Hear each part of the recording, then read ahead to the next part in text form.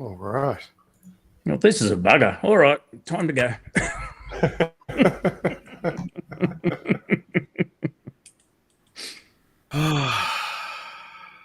I bet this is a Facebook thing.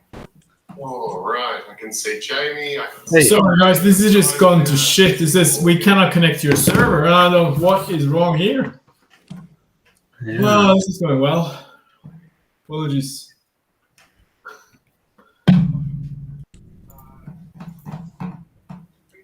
The first half seems to have gone all right. Until I was about to come on. You did say something about you and technology earlier. I say nothing. I imagine you don't do it on purpose. No, not at all. No.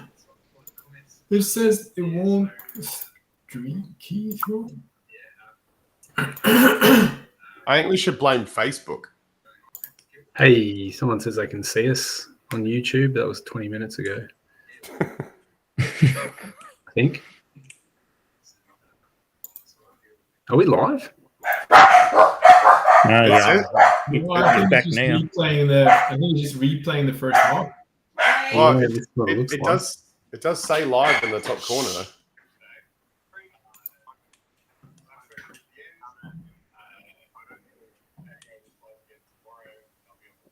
Hey, James Brooke is saying he can see you guys, but he's on YouTube.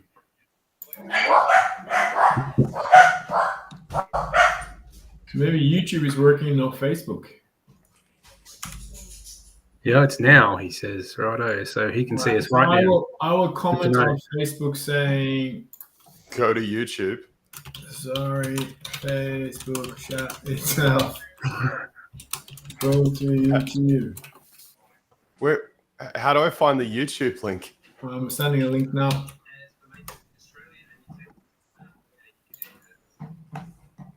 Ask somebody where we got up to. Yeah. Where do we get up to, James? James is in charge now. Yeah. No, but it's not working.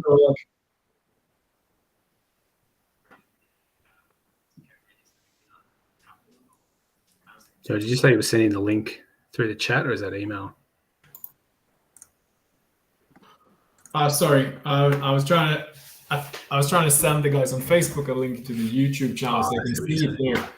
You guys just stay here. But the problem is that when I see it on YouTube, there's only 9 minutes of the stream there. It stopped when we did the fourth photo. Sorry, not sure what's going on, guys.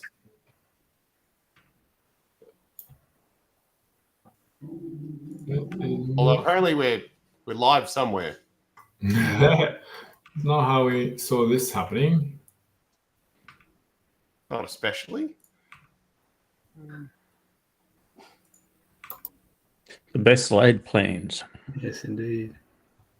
Same time tomorrow? I can see you on the YouTube feed, though, Rod. Rod. Well, that must be actually live then. That is live. We should probably stop messing around. Looks like there's only 2 people there. Wow. They're going to get a really good intro. I cannot see that. I cannot see that on YouTube. I only see like a 9-minute video stopping with the photos. Yeah, if you go onto the channel and scroll down to the second video there after the first presentation award, it is live. Wow. See myself talking in a couple of minutes delay. Maybe we could get James to send the link to everyone, given that he's on there. James, if you could just send everyone the link to the video you're watching, we'll get back on track. Thanks, mate. I think that's there's a bit of a delay to that, though. Well, in 2 minutes, he'll tell everyone. Maybe we can get James to send the link to everyone. He's like 20 seconds. Prizes for Amy. Well, she's here. Her and James can take the prizes for turning up. No participation trophies. Who the hell? Oh, all right. That one says it's live. We've got 7 people here now, by the looks all of right. it. Okay. All right. All right. All right. Can someone tell me where we got up to before it cut off so we could start again here on YouTube?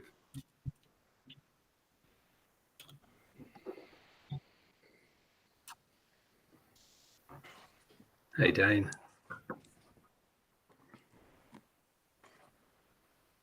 I think it's that delay. At least we're entertaining people. Well, you wouldn't have picked me if you didn't want people to be entertained.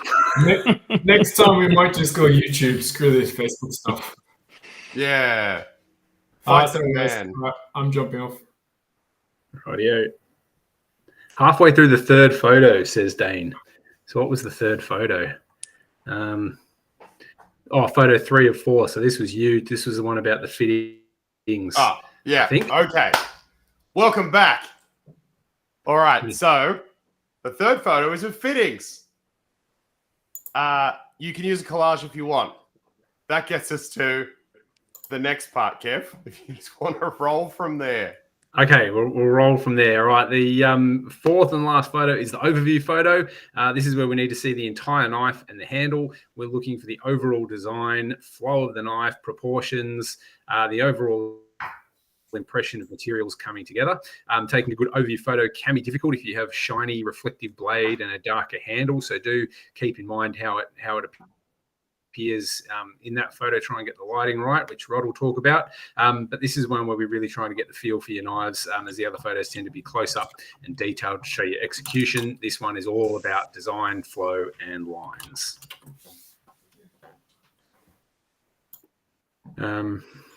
It's over to you and the scoring, Riley.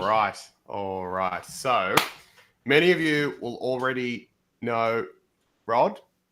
Yeah, there we go. We got a guest joining us. It's Rod. Many of you will already know Rod from the Rod Hoare Knife Images.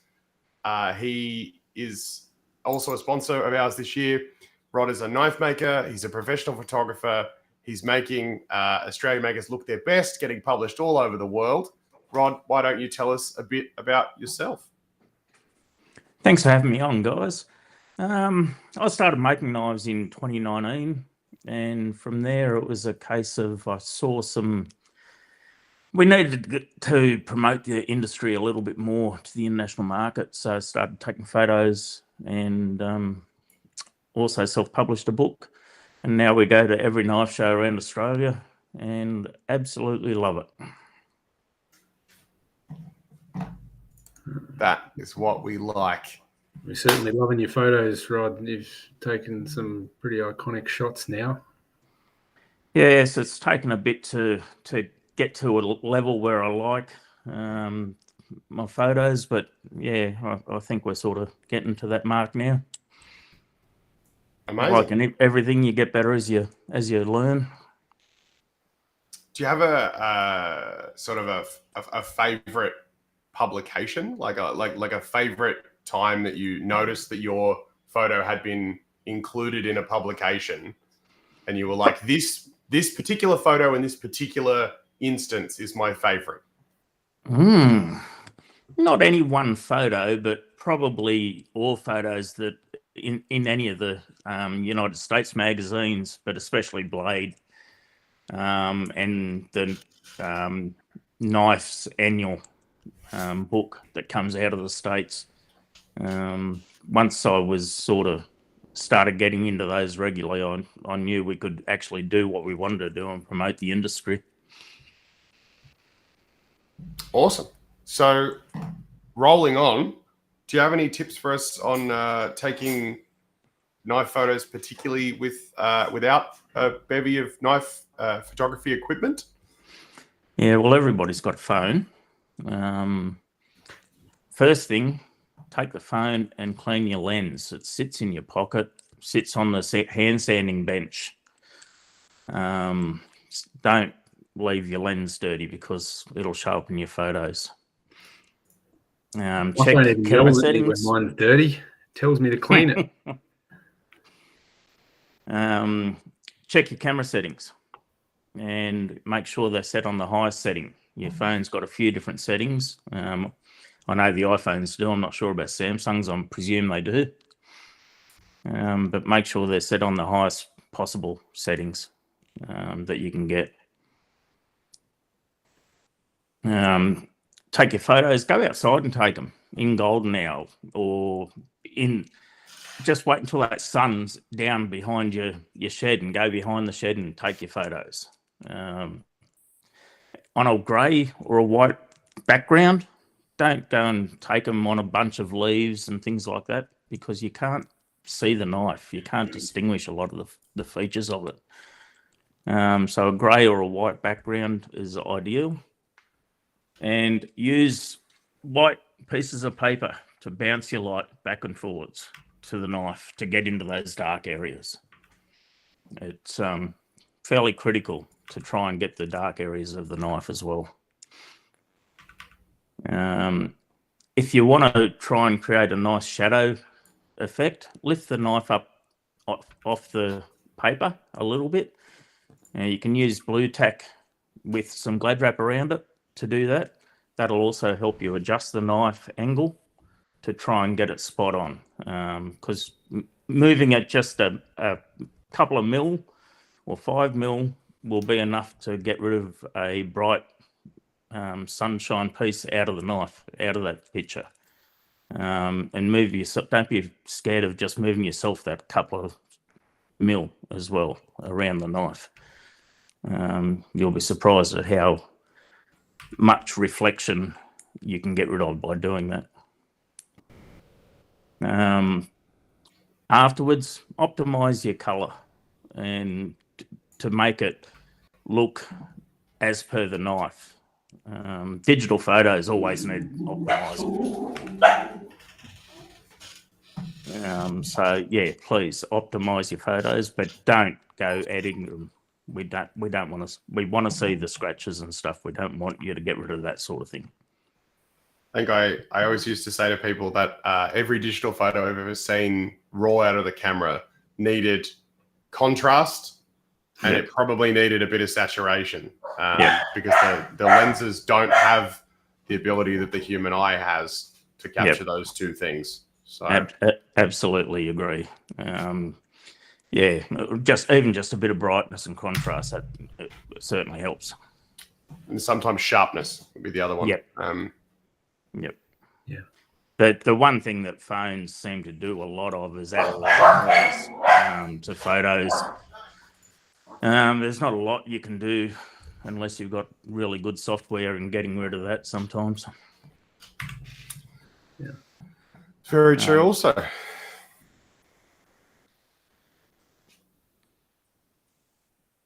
Now, with this photo, that's your ideal sort of photo. You can see that I've got it up on little plastic blocks.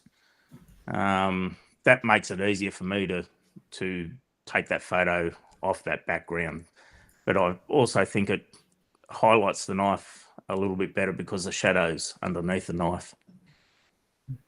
There's definitely a lot to work with when you get little, as a judge, when you have these little flashes of light. So you can see on the handle there, it's reflecting a little bit off there that shows off the curve. You can see the light reflecting off different angles off the clamshell guard, and that little reflection in where the plunge line is. So having a little bit of light that reflects and catches your eye can actually bring little features to the judge's attention, which could add you some points. So it's worthwhile taking the time to get some good light on your knife. Yeah, absolutely. And the same sort of thing with this. You can see the light in that plunge line again, and around the whole handle and that integral guard on that one.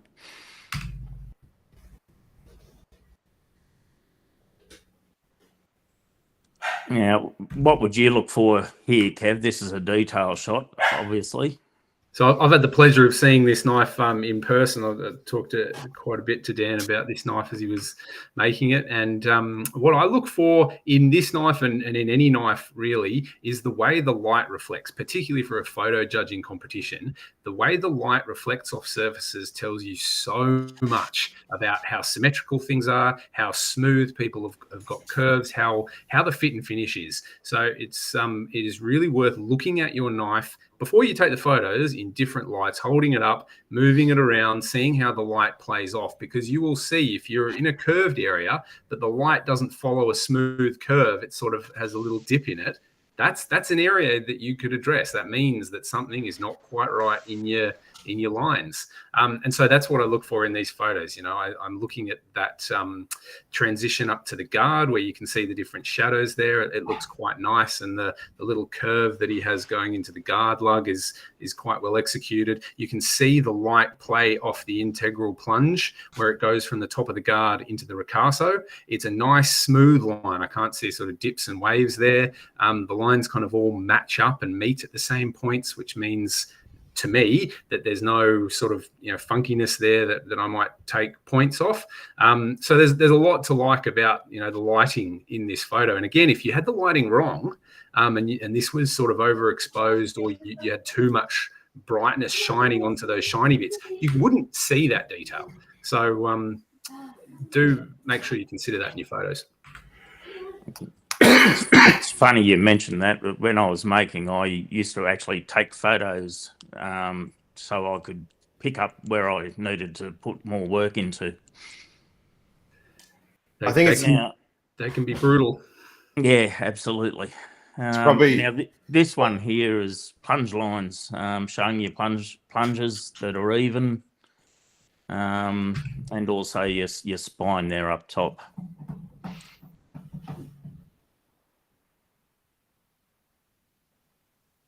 This is just another detail shot, bit of Kieran's knife that we did in Queensland, showing all the highlights of that clamshell guard that he did. This was quite different, this knife, because it had a satin finish blade, but everything else was polished on it, including the spine of the knife. But yes, you can see the light bouncing off everything there, just giving ideas as to how everything flows. It's a really good photo to refer to, actually, in terms of lighting there. It's really captured all the different surface finishes really well. And the same thing with that. It's showing the way the handle's contoured, nice and smooth across the top. It just looks comfortable to hold. Yep.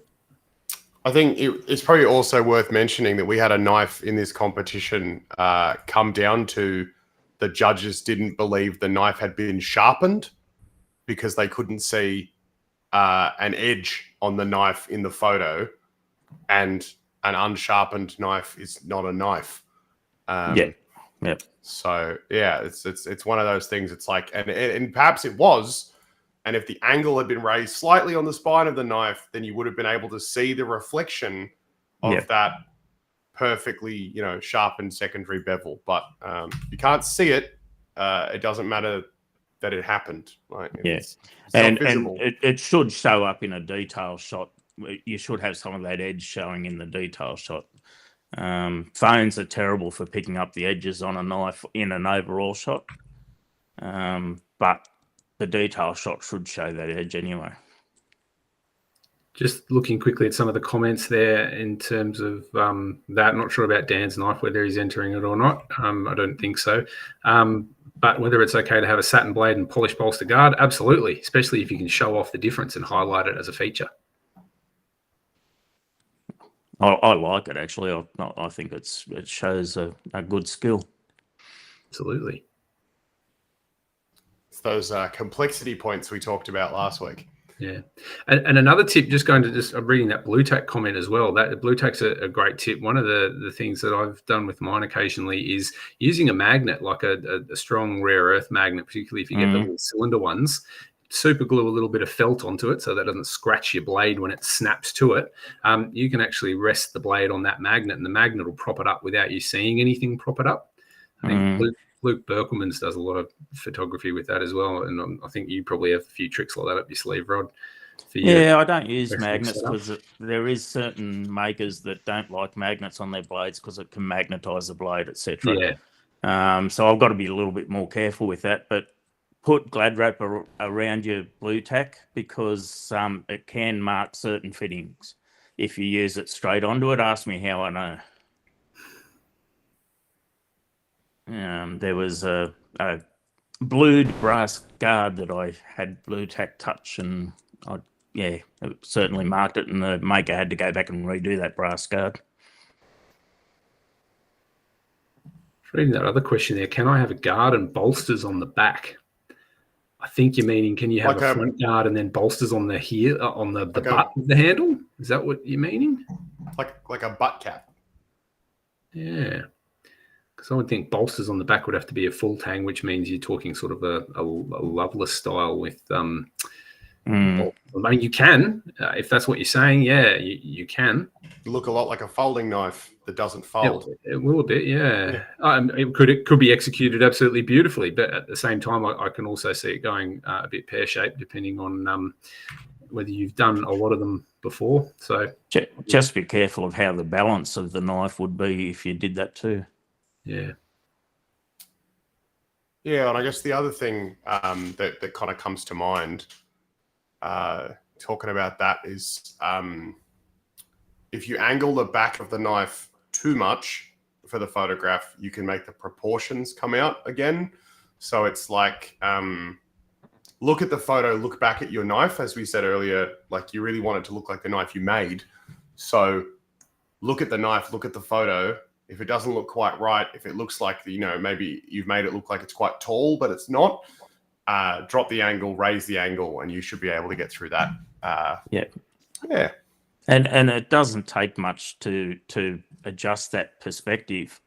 It might only be moving yourself or the knife a few mil, just twisting it around, and it'll change it totally. When you're taking your detail shots, maybe take a little bit more of the knife and then crop in to keep it all sharp at the detail that you want to get. Don't try and get too close to it as well. Sure. And I guess to ramp down there, before Rod and I talk about this at Kev for the next 2 hours, make sure that the photos that you take match the judging criteria. Don't just send in 4 photos you think are nice that don't include the things we asked for. And that should be fine. So, yeah, I guess the next place to go is sponsors. And I've lost my place on this. I'm sorry. Where are we up to? So our sponsors, it is only made possible with them. And so, yeah, before we go, we definitely need to thank our sponsors for who are doing the awards this year. And we'll do that before we get to the giveaways right at the end, which is also what you're all waiting for. So, look, these awards, they're mostly a bit of fun. Designed for you makers to get feedback on your knives, but obviously it's also a little bit about the trophies and prizes, which we are going to be sending to the 12 winners of the awards, 3 per category. The sponsors and partners making this possible are Bolivian Blades, Northern Iron Forge, Tharwa Valley Forge, the Australian Knifemakers Guild, Nordic Edge, 84 Engineering, On the Mark Engraving, Rod Hoare Knife Images, thanks for being here, Rod, Hemerdal and Freya Traditional Leathercraft, 3M and Oztech. A really big thank you to these people sponsoring with prizes and for the help with the awards this year. Amazing. So, yeah, I guess the last part, as per every week, is the giveaways. So we've got 3 prizes to give away this year. One of them is a stainless X-Pattern billet of the pre-hardened stainless Damascus. One of them is a leather knife roll, which is great. And the third one is a t-shirt, is a contender t-shirt like the t-shirt I'm wearing today. So our first giveaway this evening is that X-Pattern stainless steel Damascus billet. Now, if you win this and you're planning to enter it in a category, you are looking at the best in show category. That is the only category you can put Damascus in. So remember that. But as always, we've got a question, and the first person who I observe to have answered the question correctly in the comments will win. And we're definitely on YouTube here, aren't we? We're not still on Facebook, so we'll just be looking at the YouTube comments, right? That is correct. And So if anyone is still somehow seeing this on Facebook, sorry. Get on YouTube. You've got a few seconds. So our first question is, when making a forge welded or Damascus steel, which is often done by mixing 15N20, which is 2% nickel, with a steel like 1084, which has no nickel. The point is that the 15N20 will resist the etch and show up shinier when combined in that steel. The question: if wanting one of the steels to resist the etch and be shiny, why don't knife makers combine 1084 with 440C, for example, which is resistant to etching? It would naturally show up as quite shiny.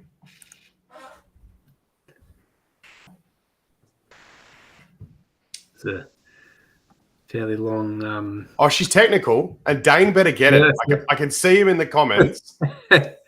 He better get it. Why don't you mix carbon steel with stainless steel for Damascus? And I'm sure Jez can, but why don't other people?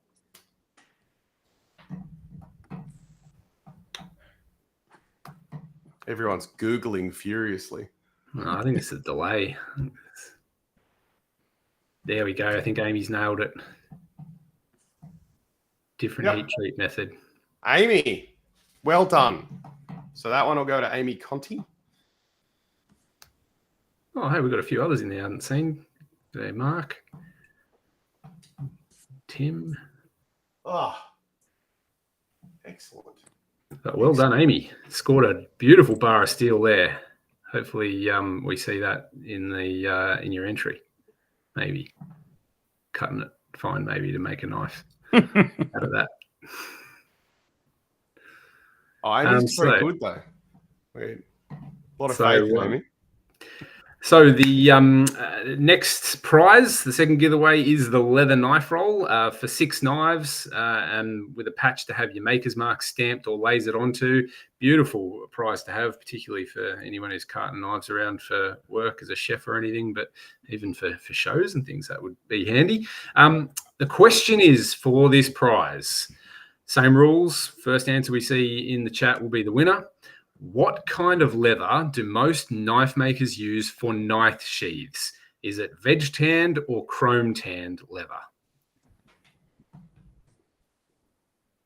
Hard one followed by an easy one. I mean, it's multiple choice. Not many is a 50-50.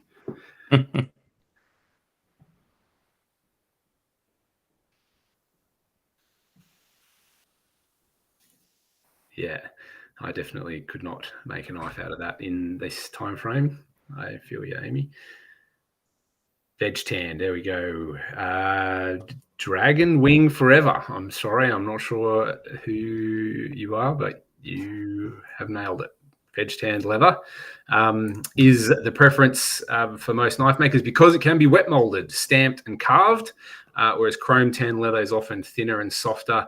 It doesn't really take to wet molding or stamping, which is obviously a pretty big component in sheath making. So well done to Dragon Wing Forever, whoever you are.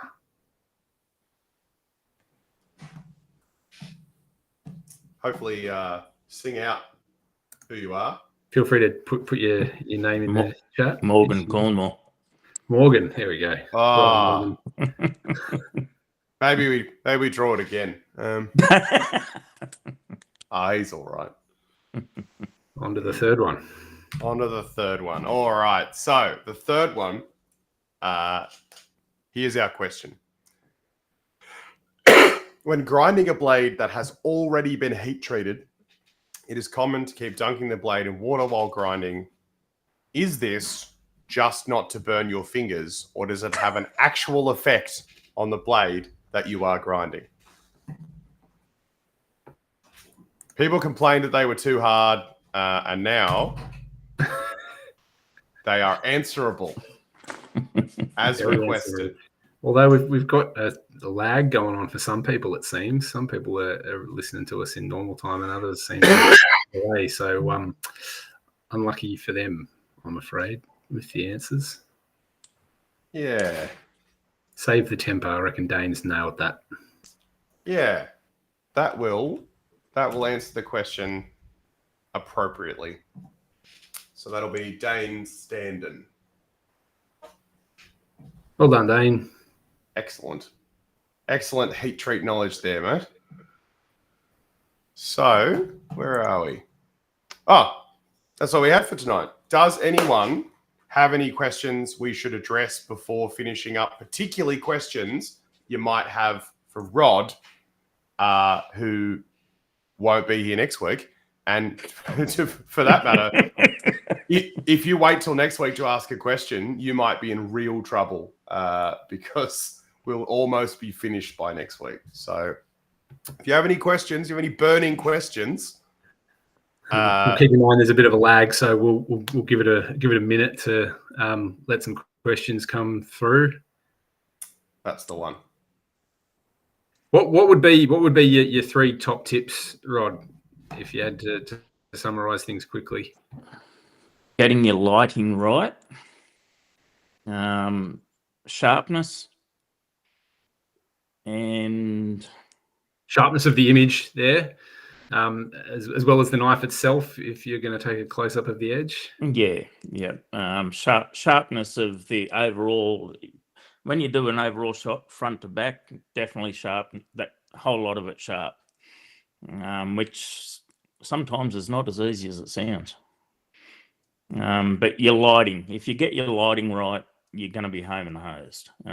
So use your paper to try and bounce lighting and get it right.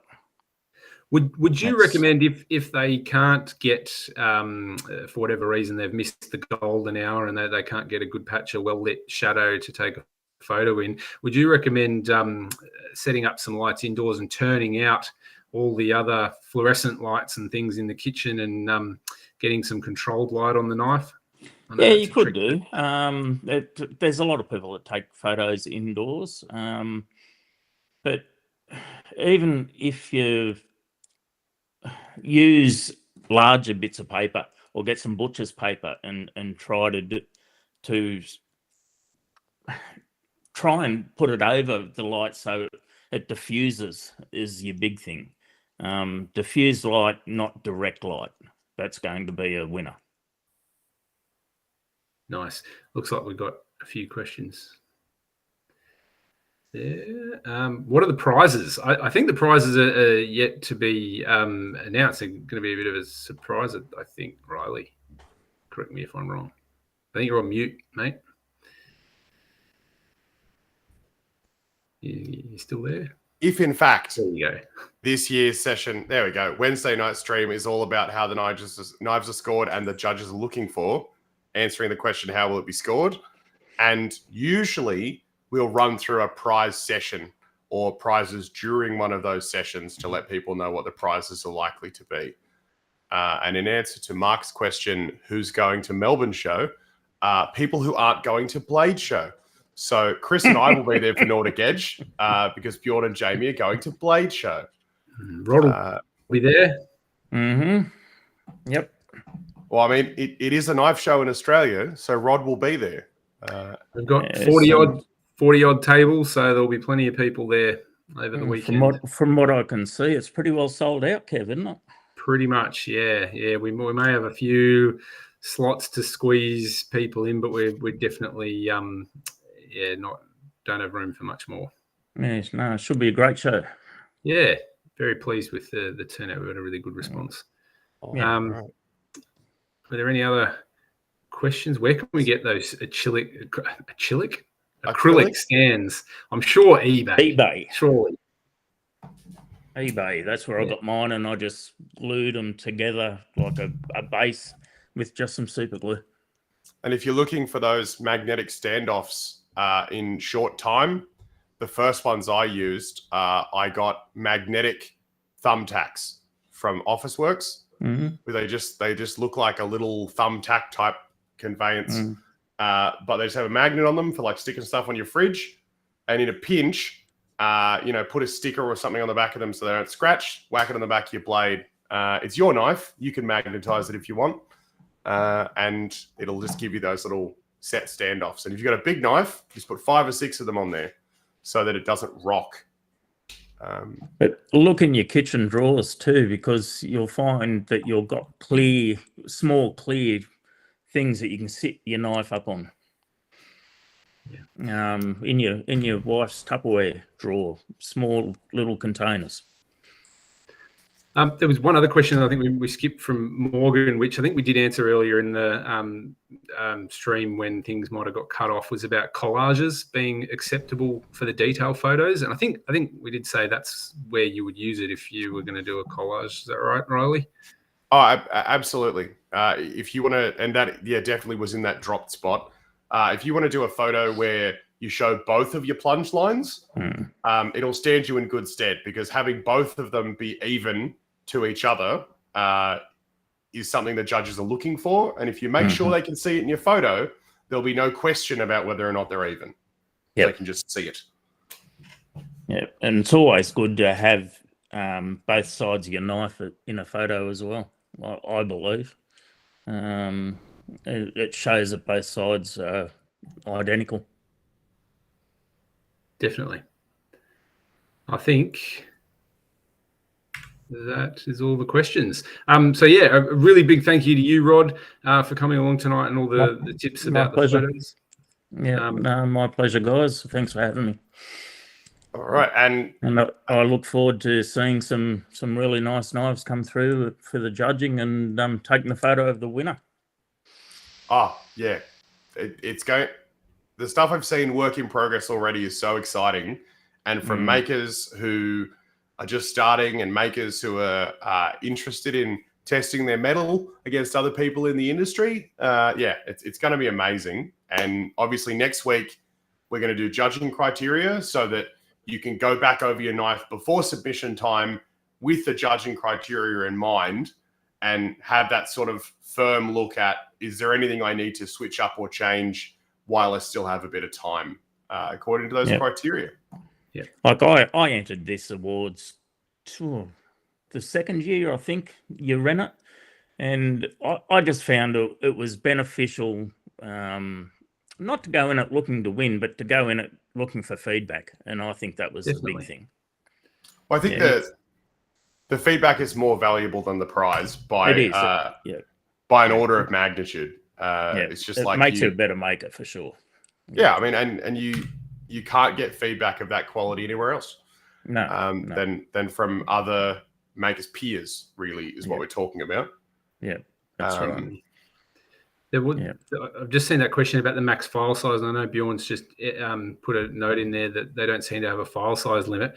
My personal thing, just from doing photos with socials and things, aim to have at least a file size of a couple of megabytes. You don't want anything in the smaller than that. That's going to be tough. It'll be grainy and won't look very good. But as big as good a file size as you can get is ideal.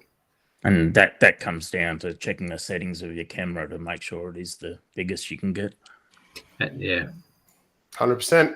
All right. Well, that's everything, I think. No more questions. Let's run. Have a good night, guys. And we will see you for next week's session on the 22nd at 8 p.m.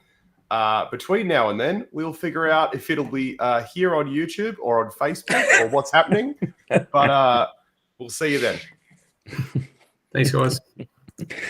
Thanks, guys. See you later. Bye.